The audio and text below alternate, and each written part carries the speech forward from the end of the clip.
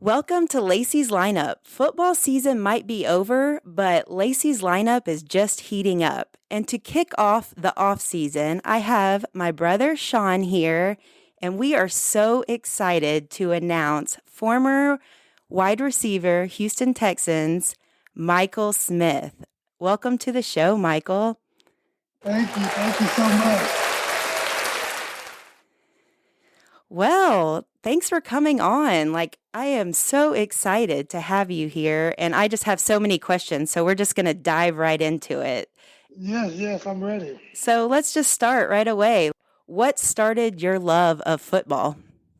Well, my love of football started at a very young age. If you live in Texas, football is almost a way of life. And so I started that very early from the age of 4. I started playing padded football at the age of 4 years old. And, I was kind of just ingratiated to it from the time I was able to truly run and talk. Being here in Texas, and I have a son who's doing football, and it's like if you don't start when you're 2, you're behind. That is very true. It Yes, is. ma'am. Did Yes, you ma'am. That play is any true. other sports to start with, or is Yes, football kind of been? yeah. So I played football mainly until I got to middle school, and then I did also run track. In the springtime, obviously when football is out of season for high school and middle school. So I did do track in the off season. I saw some of your pictures from when you played. Did you high jump? Because your vertical was awesome. Yeah. I know I did long jump and triple jump. I was very, very good at those. In high school, I did have a district record at one point. I'm sure it is broken now, but I did have that at one point. So, Michael, let's start with your college career. Interesting. You went to Connecticut. So, I'm just curious. Can you tell us, what was your journey, and what was the decision maker for you to go to UConn? Yeah, that's a great question, Sean. Starting out, my junior year, I wasn't highly recruited because I switched positions my junior year from quarterback to wide receiver in the middle of the season. And so going into my senior season, I didn't have any scholarship offers. I did have some people looking at me, but there were no true scholarship offers until the end of my senior season. And I did have some smaller offers outside of UConn, like Louisiana Lafayette in Louisiana, UTEP, Texas El Paso. And then I also had a few looks from like TCU, but I didn't get an offer from them because I committed to UConn as soon as they offered me in December of 2007. Nice. And, it's funny because, when people think of UConn, I'll just be transparent. Most think, wow, that's a basketball school. But y'all had a great season. I mean, especially when y'all were there. I mean, even making it to the Fiesta Bowl. So that's great. How was that dynamic? Yeah, it was a great opportunity. So when I actually went on my visit to UConn, they were a top 17 team in the nation. UConn is by far, can't get it misconstrued as 100% a basketball school, men's and women's basketball. But, for about a good, 10 to 12 year run, UConn was very, very prevalent in the Big East Conference at that time. And this was back when we did the BCS. There wasn't no college football playoff or anything like that. Right. So if you were in a BCS conference, that was a big time deal. Now everybody wants to be in the SEC, Big Ten, ACC, and conferences like that. Yeah. And so I played volleyball and basketball in college, and I know it took a lot of time. I played D2 because I played 2 sports, but I would love to hear kind of what a day in the life of a student athlete at UConn, like in season. Take us through your day. Yeah, in season it's tough. So you kind of limit it. I hate to say it is, people always ask me what I majored in college. And I was like, hey, it's a football major, right? It normally means sociology or economics or something along those lines. Kinesiology, yeah. Yeah, something along those lines. Yeah. And the reason that is because, most of the time those classes can fit the football schedule. And this was before, most classes are online now. I think they do 80% of the classes for the football team are now done online. So that gives them a little bit more flexibility nowadays. But, back in 2008, when my freshman year, we were kind of limited as far as what we could choose. But, our day started as early as 6 a.m., with morning workouts. You go in, you get your morning workout from 6 to 7:30. You get, 10 minutes to shower. You got to be at class by 8. Then you got to come back for afternoon, for your afternoon classes for your afternoon practice at about 3:30 to 5:30. Then you have chow from 6:30 to 7:30. Then you have study hall. Then you got to go back to your dorm room to get it all started again. So tell me, on game day, did your teachers let you kind of ease up? Did they let you stay home, focus on the game, or did they hold you accountable? Oh no! So on game days we normally travel. So we normally get there the day before, even in college. So that's in the NFL. You do the same thing, but even in college at UConn, we would still travel the day before. The teachers were definitely understanding. They obviously knew who were football players and who were athletes alike in their classrooms. But yeah, we were definitely held accountable. Coaches did classroom checks, before and after class. First or second row. Yeah, to make sure that you are in that class. You're not here, just to play football. So you're here to do both. Which is tough, but it is what we signed up for. So I'm curious, Michael, out of all the games in your time at UConn, which one would you consider the most memorable? Oh man, the most memorable would have to be Michigan. We played Michigan, and at the time it was in front of the largest crowd in the history of college sports. It was 115,000 people. It was done just when they did the extension to their stadium. And like I said, at the time, it was a record for the most amount of people at a college football game. So that's probably the most memorable game. And that game was in September of 2010. So it was definitely a great atmosphere up in Ann Arbor. So it was a great game. We did lose. I did have a pretty good game, but unfortunately, we did leave Ann Arbor with a loss. Oh, yeah, that sounds amazing. I mean, so tell me, on pumping up for that game, like kind of what was your routine to get you ready to play? Like, was there a song or something? For me, actually, it was no song. I almost didn't play that game because I thought I had a concussion. A teammate of mine was catching punch while I was doing my warm-ups and ran smack dab into me while I was looking up for a pass. So I was literally in concussion protocol, like right up until the game kicked off. So I was still fortunate to play in that game. I'm glad you remember the game. I was gonna say. Yeah, I was in concussion protocol, like right up until the opening kickoff, and I was cleared and I was able to play. I'll never forget it. Oh wow, that's exciting. Well, it sounds like such a fun time. I mean, I loved hearing the college kind of leading up, but now let's kind of get to the NFL process. Yes. How did that begin? College is over. Your dream is to play the NFL. Like, what was your next steps in that moment? Yeah, so once college is even when you're like doing your senior year or doing your junior year, depending on how good of a player you are, agents, they were at this time they weren't supposed to reach out to you, but they would still reach out to you. They'll catch you walking in the student union and talk to you or slide you a card and things of that nature. But after my senior season was completed, I had a few agents reach out to me wanting to sign me and send me places to train. But ultimately, I did sign with the name of the sports agency is called OSMG. It's a pretty big, not pretty big, but it's a pretty decent sized agency now with about 30 NFL players. But at the time, I was one of their first clients. And so they were Houston based, and I wanted to kind of train in Houston. So they were able to get me to train here. So that's where it kind of started.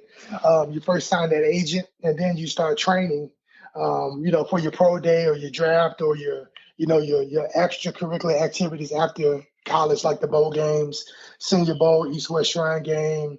At the time, there was the Texas First Nation, which was pretty big, for about 10 to 15 years.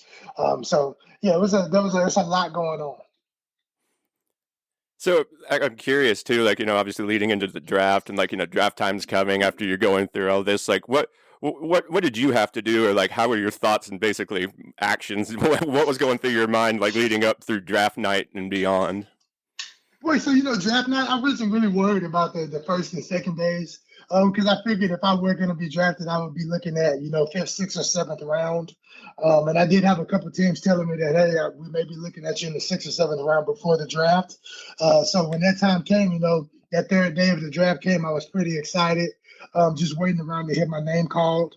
Unfortunately, right, I did not. I was an undrafted free agent, but fortunately, I did have a few offers. A decent amount of teams contacted my agent, Corey Williams, at the time, in regards to getting me signed and getting me in, getting ready for rookie minicamp.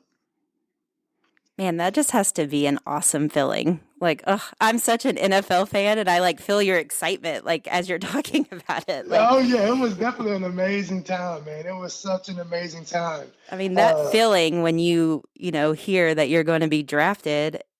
I mean, that just has to be a moment. Hopefully, you didn't have a concussion that night.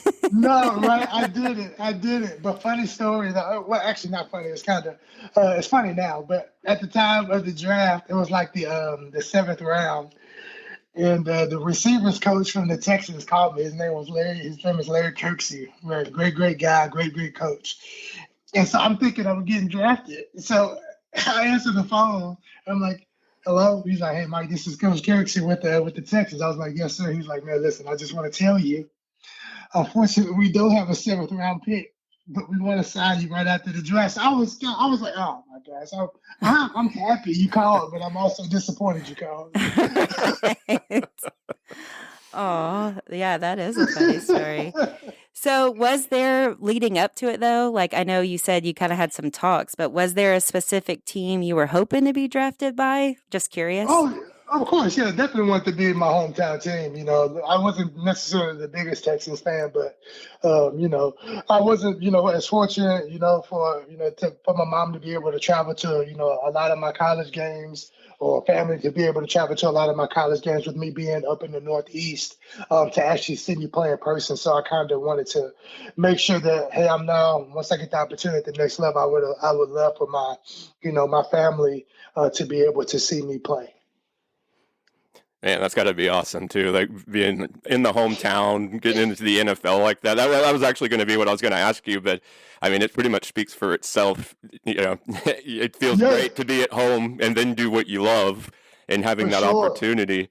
But what I am curious about too, I mean, coming in, when you did, like, I'm sure like training camp was probably a unique experience. I mean, compare that to college and like what you went through, and like how was it like when you first went to training camp with the Texans in the NFL? Well, yeah, it's a little bit different, when you get to the NFL, especially because it's kind of like a nonstop deal. The rookie season is one of the longest, preparations or longest periods of time of just straight football, because you go straight from the end of your college season straight to training for your combine pro days. And then once that's done, you go straight to rookie minicamp. Like you go directly to rookie minicamp. And so, there's going to be players that were drafted. Then you got your priority free agents that were signed.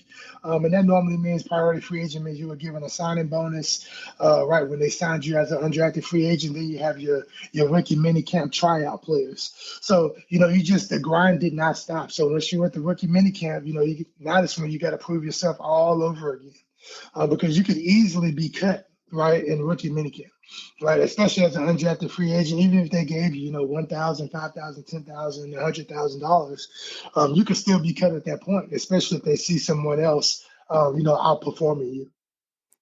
Yeah, I bet it was going through, like, I imagine the preseason was pretty, for like, it was like, do you have that feeling like, every time, like, oh, I hope I did good enough, I don't have to get my playbook, what were your thoughts? Like, how was that? Man, the verbiage. So when it comes to like learning the NFL plays, at the time the head coach was Gary Kubiak. So he runs a true, pro style West Coast offense. And so the verbiage of it is absolutely insane. So as a guy coming from college, even though, we did run a very similar pro style offense, the verbiage and everything was so long. And so to get all those plays down, to make sure that you're, aligned in the right place, when you're supposed to motion, know your assignment. It was definitely tough. So it definitely was a lot of hours spent, studying the playbook, in the film room, with other rookies, right, with the veterans, with the coaches. There was definitely a lot of time spent making sure we were very well prepared. So tell me, is it the truth though, like from college to NFL, is the game that much faster? Like, is it night and day difference, or is it similarities? I wouldn't say it's night and day difference, but I would say that the preparation of professional athletes is so much better. Because you got to think from the time they wake up to the time they leave, right? They're paid to be there. Okay, in college, right, you have class and you have other things on your mind. But in the NFL, right, there's one goal and there's one focus, right, and that's football. Okay, preparation, right, game planning, right, maintaining your body. There's a lot that goes into it, but just it's all football. So that's what really separates it to me. And then ultimately, right, obviously these are the best of the best. When you get to college, you get, especially if you're in the Power Five, is what they call it now. You're playing in one of those Power Five conferences, or even just Division I football itself. Right, you're playing against, right, the very, very best of the college world that they have to offer. Look, what they say, like 1% of all high school kids play Division I football. Right, that's even less in the NFL. Okay, a lot of great players don't even get the opportunity to play in the NFL, right? Whether it's injuries or character or whatever the case may be, it's the absolute best of the best when you get to that level. That has to be a great experience too. And I was going to say, like, when you come in, like the dynamic of like, how were your teammates like reception of you? Like, did you have some of the veterans that helped you, like took you under their wing? Did you have people that you looked up to? Can you give us some kind of, sense of how the environment was at that point? For sure. So, just the environment to start, it was pretty seamless for me. Fortunately for me, the Texans actually drafted 2 players from UConn. Right, they drafted Trevardo Williams, who was a defensive end, in the 4th round, and then they drafted Ryan Griffin, I think, who just recently retired last year, a tight end, in the 6th round. So I came in right with some familiar faces that I've been with for the previous, 4 or 5 years in college, and so we all came in together. And then, that's the year we drafted DeAndre Hopkins. So came in with a big time prospect at receiver in DeAndre Hopkins, and so obviously right getting to see him in rookie minicamp, it was awesome to see. I'm like, well, I see why they pick him in the 1st round. Like you can kind of see, you can see it pretty quickly, right? You can like, okay, well, that's why they took that guy in the 1st round. But all the vets were pretty welcoming to us. They were always there to help. So at the time too, the rookie room was pretty young.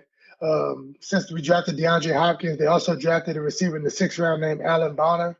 And then they brought in myself and a receiver named Alec Lemon and another guy named Andy Cruz. So it was us 7 guys in that receiver room. And then obviously, right, the great, most recently Hall of Famer R.J. Johnson was the leader of that room. And, he's just a stoic, just professional guy. He comes to work, do his business.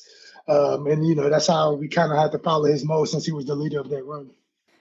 Man, that's awesome. I mean, to say that you were in there with like DeAndre Hopkins and stuff, like so cool. I love that. Yeah.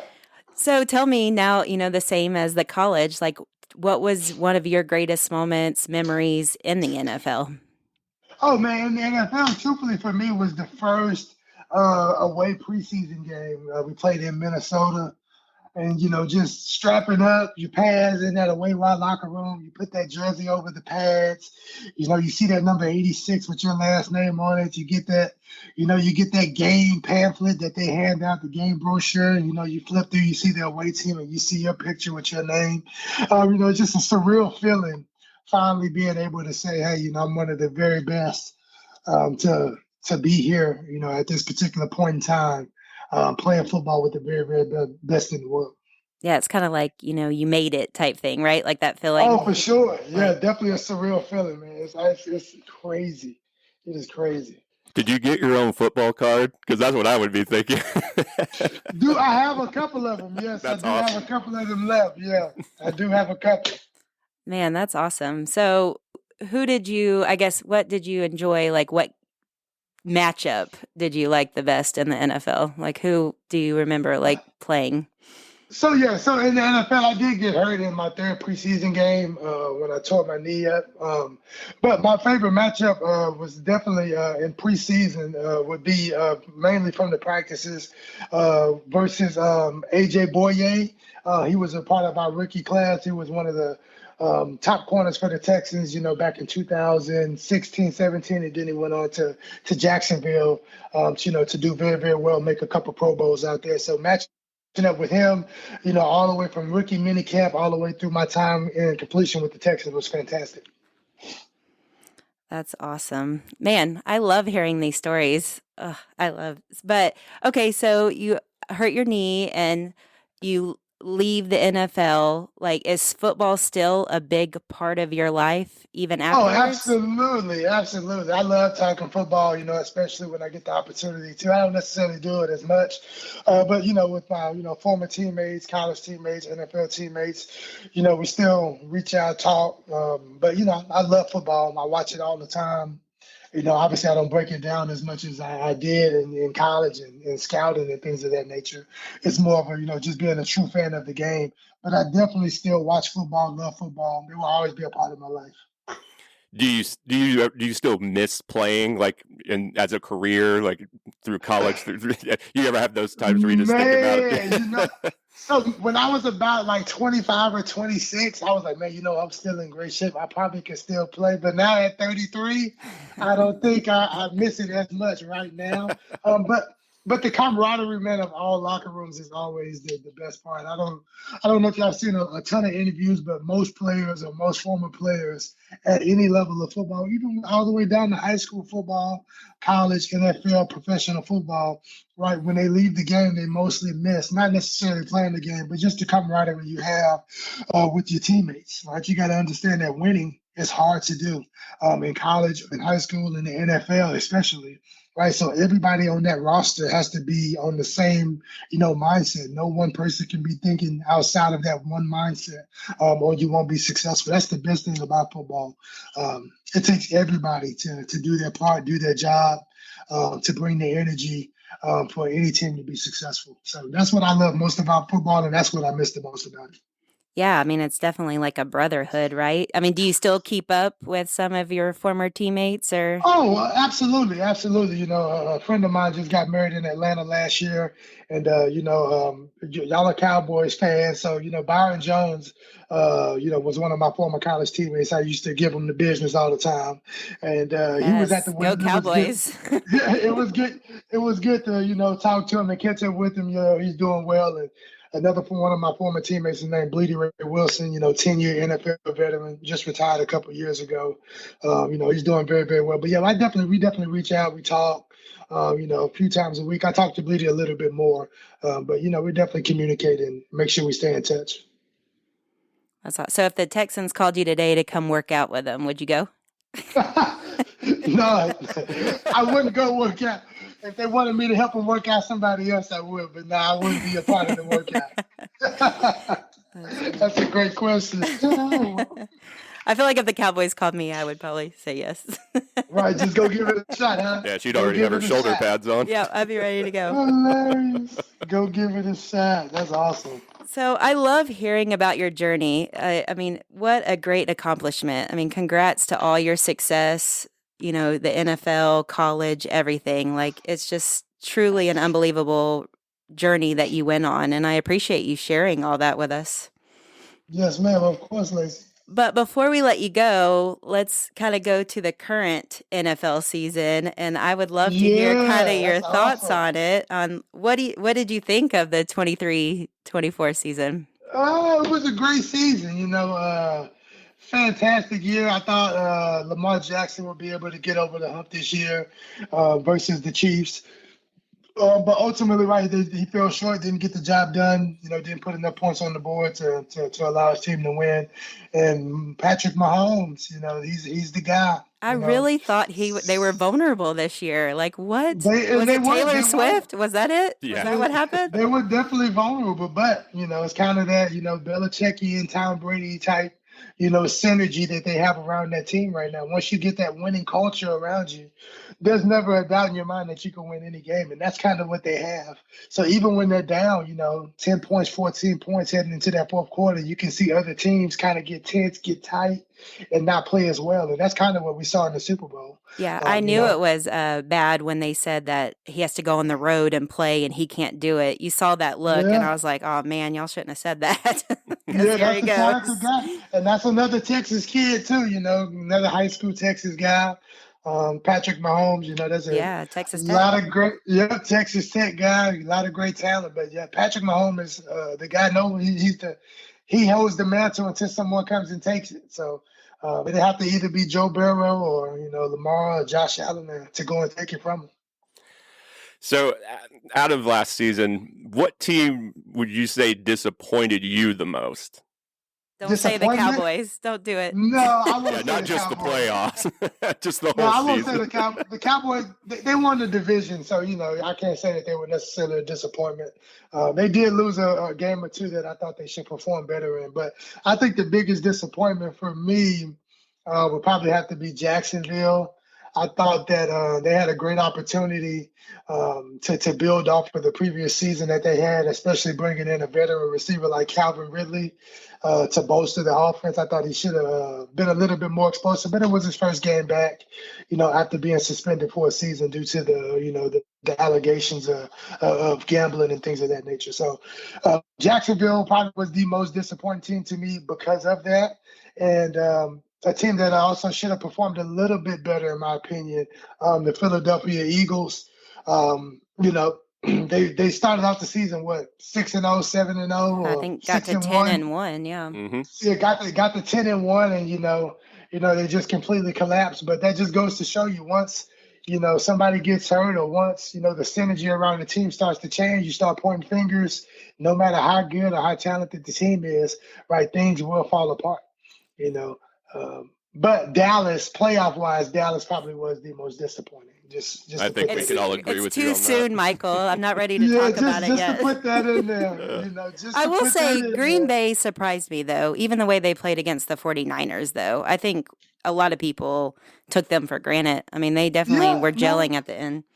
No, for sure. They definitely hit their stride at the right time. But Dallas was also, playing some of their best football. And at home. At home. And, the superstars didn't play like superstars, unfortunately. So that's what Dallas needs the most, their best players to be the best when they need it. So, Micah would have to be better this year. Hopefully getting Trevon Diggs back helps. I don't know if Stephon Gilmore is a free agent or not. But he is. Hopefully. He is. Oh, he is? Mm-hmm. Okay, he is. So hopefully, they can bring him back and they can keep Deron Bland in the slot, which is where he's better. He can take a little bit more chances there in the slot versus being on the outside. And he has to be a little bit more disciplined. Do you pay Dak Prescott, though? Do you pay him? You have no choice, truthfully. Because whether you like him or not, who's going to replace him? That's the main question. You have to start all over, right? Yeah, who's going to replace Dak? And based off the roster is ready to win. It's a win now roster. It's been ready. I think now they have to probably try to find a running back. I was a little bit disappointed in Tony Pollard because he was on my fantasy team and he had not a so good season. But I think they should look to, if they're going to bring Pollard back, look for, have a dynamic 1-2 punch. There's talk of Saquon Barkley. What do you think of that? Saquon, you know what? He's probably a little bit too big of a name. I don't think I need anybody that you're going to have to pay a ton of money to. I think somebody, because Tony Pollard is still, I think, a very, very good back. I just don't think he needs to be out there, every single down of every single series. So I don't know if they're going to do it in the draft. Maybe Blake Corum out of Michigan, in a mid-round, third or fourth round pick. Maybe you make a little splash signing with Derrick Henry, give him, $3, $4, $5 million a season.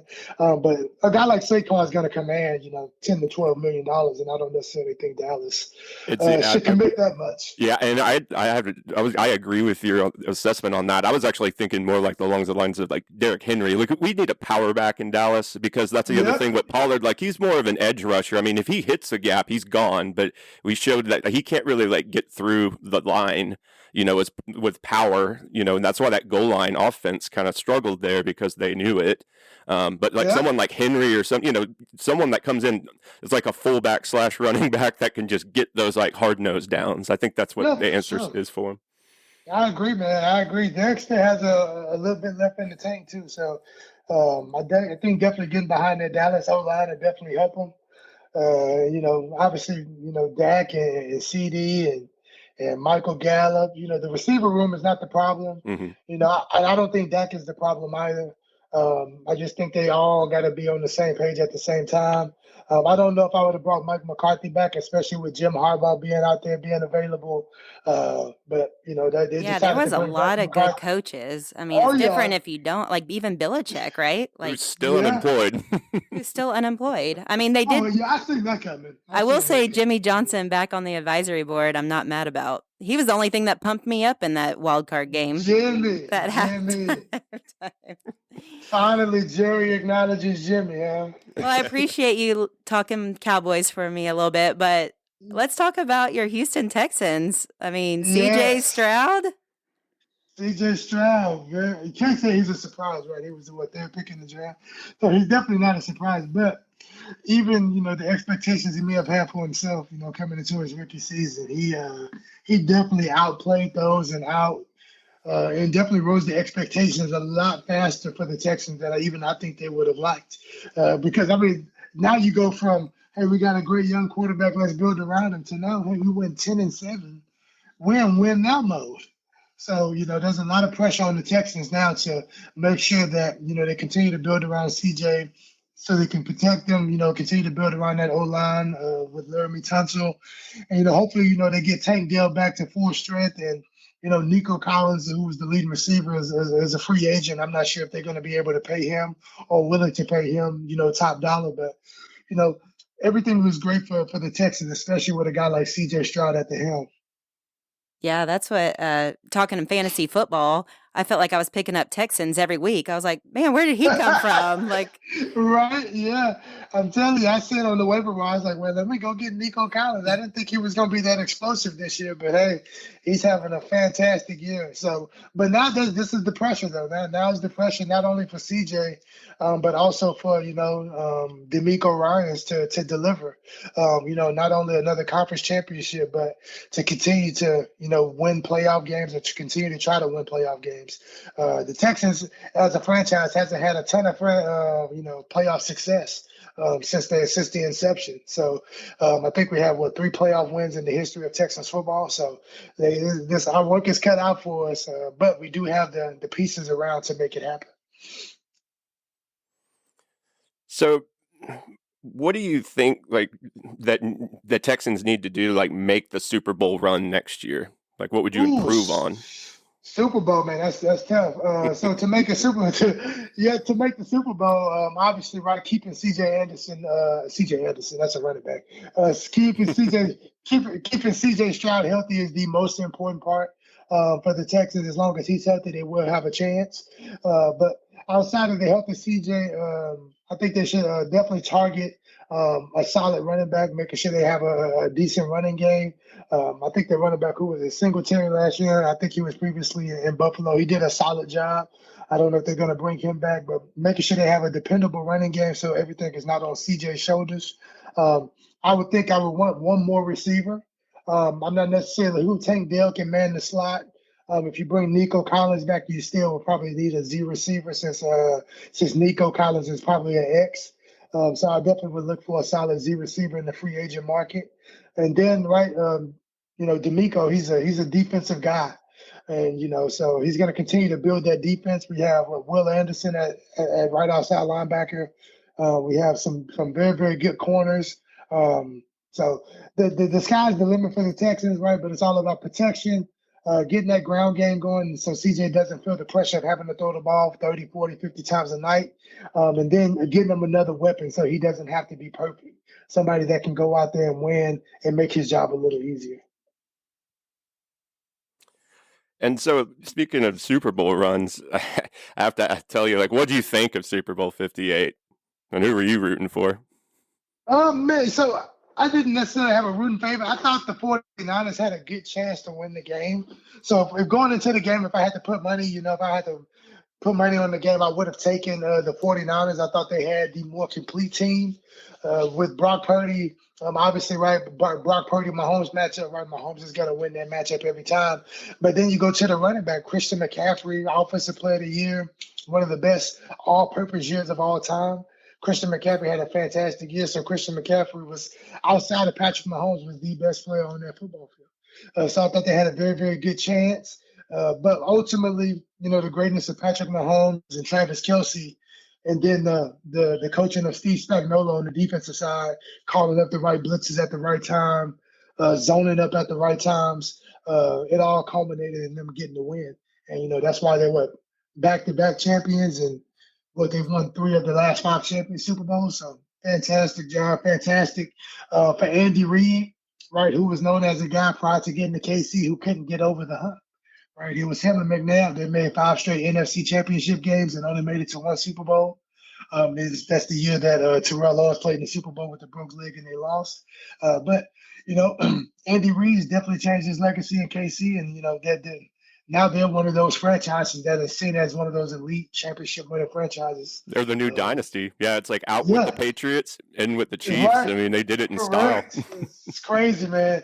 I don't think anyone's seen this with Patrick Mahomes. Even the guys that drafted him at number 10 from KC, I don't think they foresaw, the moment he took over, they would go to 6 straight AFC Championship games and, playing 5 Super Bowls or 4 Super Bowls in the last 6 years is simply amazing. He's on a great run, and ultimately, right, I don't necessarily see it stopping anytime soon. Especially, if they get him another weapon for that offense this offseason, look out. It could be a long run. Well, they released Valdez-Scantling today, so it looks like they are ready to make that move, free up some wide receiver space. I saw that, freed up $12 million in cap space by releasing MVS. Fantastic move. There's a talented free agency class out there, guys like Mike Evans and, a few other guys that are out there that are going to be available. And maybe even, they can make a trade. They have the cap space now to make a trade to land one of those big time receivers to go along with Patrick Mahomes. Rashee Rice was a rookie receiver that they had that was very, very good for him. He came along for sure. Yeah, he came along very well. Great opportunity for him. People were dropping passes early in the season. A mid-round pick. I don't know what round he was drafted in, maybe 3rd or 4th round pick. He came out of nowhere, too. It was like no one could catch, and then all of a sudden, here this guy comes, and we're like, oh, we do have someone that could catch the ball. Yeah, Rashee Rice, fantastic, man. Fantastic player. And he's only going to get better. He's only going to get better, especially now with the confidence of winning your Super Bowl in your rookie season. I can't imagine that feeling. Wow, I know. But I do have to ask, overtime, Super Bowl, can you believe that the 49ers did not know the new rules? I can't believe it. I really can, because it is different. So going from regular season to playoff, I think the NFL should probably try to work on that to make sure that the rules are the same for the regular season and playoffs. So the Josh Allen rule, right, doesn't kick in until the playoffs. So if you go to overtime in the NFL, I believe if you score first in the regular season, the game is over. But in the playoffs, that's when the Josh Allen rule kicks in and everybody gets the opportunity to get the ball. But, it's crazy. You would think that they would have been prepared for everything, especially in a game of that nature, of that magnitude. But it was definitely difficult to see, even the head coach, not necessarily understand the rules at that juncture of the game. So it definitely wasn't a good look for Mr. Shanahan. No, and it's surprising because he's normally on all that. But they had fun with their memes, though, for sure. Right. But he's ultimately on the hot seat now, more so than any other coach, I believe. That team is great. He's done a great job with them, but ultimately they have to get over the hump. They made it to the Super Bowl twice, first with Jimmy G, now with Brock Purdy. And, Brock Purdy's in the last year of that rookie contract, and he was a 7th round pick. Mr. Irrelevant, he's not making a lot of money, maybe $600,000, $800,000.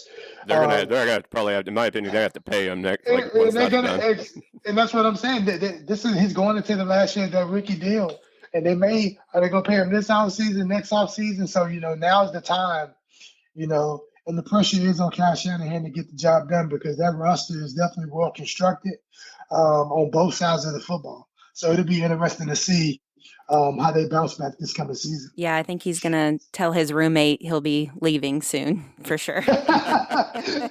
Absolutely. That is crazy. You're right. But I will say, I really did think his composure all year, I mean, for him, I did see some, they always say weapons around him, but for him to play the way, and I'm an OU fan, me and Sean are, and, we had to play against him at Iowa State, and he was like our kryptonite there. I can't get rid of this guy. Yeah. Oh, Brock, man. Brock is good, man. Every great player has great players around him. I don't necessarily buy into, he's being carried by the players around him. Ultimately, as the quarterback, he's ultimately the most important person on the field because those great players aren't successful, especially at receiver and tight end. Right, they aren't successful if the quarterback doesn't put the ball in the place for them to catch it, run after the catch, or even give them the opportunity to catch the ball. So he's definitely tied into their success. Ultimately, it is helpful to have great receivers that are able to get open and create a lot of separation. But ultimately, he has to get the ball there, and he did that better than almost any other quarterback this season. So shout out to Brock. He did a fantastic job. Yeah, and one thing that I have to say, I thought it was ironic that those two teams were the ones that ended up in the Super Bowl because speaking of fantasy football, my team this year, the first time I've ever picked up Mahomes, and I benched him in the middle of the season when they were just having the drops, and it didn't look like their season was going to turn out well for him. And I played Purdy in place of him, and that's who finished the season out for me. That's crazy. Like in a million years, I would have never thought about that, right? And then look what happens when they come back to the end. And I have to I guess both of my quarterbacks are playing, but of course, fantasy was over. Yeah, that's crazy. But you know what, man? That goes to show with Brock Purdy, it doesn't matter where you get drafted or if you get drafted at all. He was Mr. Irrelevant, right? Known as the last person drafted in the 7th round. All you got to have is the opportunity. You get the opportunity to, show your talent, right? The NFL does not care, right? They don't care if you were drafted last or you were drafted first. Those coaches will play the best players. They started him over Trey Lance, a quarterback they, pretty much sold the franchise for to move up in the draft for. And they started a guy that was drafted in the 7th round last pick over somebody that they traded, mortgaged their future for in Trey Lance. So, with the draft coming up and the combines, it just goes to show that, whether you're drafted last, whatever round you're drafted in, or whether you're not drafted at all, the opportunity presents itself. The NFL is all about the best, and the NFL is all about winning. So as long as any players can, go out there and, put good film on tape, coaches will put you on that field. Yeah, that's awesome. Well, I appreciate all your time. I just have one final question for you, and then we'll let you go. But yes, ma'am. I have a 12-year-old son who is starting football. Well, he's been playing some flag, but he'll start his school football. And what advice would you give him and other kids his age who dream to one day play in the NFL? Which, by the way, he's so excited that I'm talking to you tonight. That's awesome. I got some mom cool points tonight because I'm talking. That's awesome. But what advice would you give? At 12, man, you just want to have fun with it. So ultimately, right, the love for the game comes from, right, the more you play it, the more you get to enjoy it. But at 12 years old, he just goes out there, he has fun, he competes, and he just tries to get better. That's really all he should all be focused on. You don't necessarily know what position you're going to play at 12, right? Your body changes, all right? Between 12 and 15, your body will change. So you don't necessarily know what position you're going to play. I remember when I was 12 years old, I was playing linebacker. Right? At 15, I was like, wait, I'm 5'10", 165 pounds. There's no way I'm playing linebacker now. So, right. So, things will change, but ultimately, right, just have fun playing the game. It is a great game. Enjoy the time with his teammates. But ultimately, right, just try your best.